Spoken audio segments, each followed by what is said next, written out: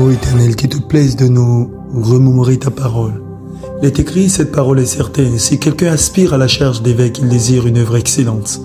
Cependant, il faut donc que l'évêque soit irréprochable, mari d'une seule femme, sobre, modeste, réglé dans sa conduite, hospitalier, propre à l'enseignement.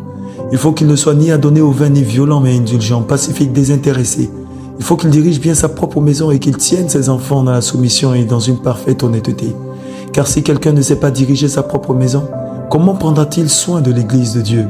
Il ne faut pas qu'il soit un nouveau converti, de peur qu'enflé d'orgueil, il ne tombe sous le jugement du diable. Il faut aussi qu'il reçoive un bon témoignage de ceux du dehors afin de ne pas tomber dans l'opprobre et dans les pièges du diable.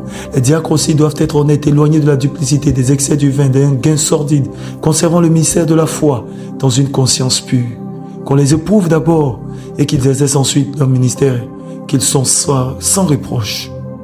Les femmes de même doivent être honnêtes, non médisantes, sobres, fidèles en toutes choses. Les diacres doivent être maris d'une seule femme et diriger bien leurs enfants et leur propre maison, car ceux qui remplissent convenablement leur ministère s'acquièrent un rang honorable et une grande assurance dans la foi en Jésus-Christ.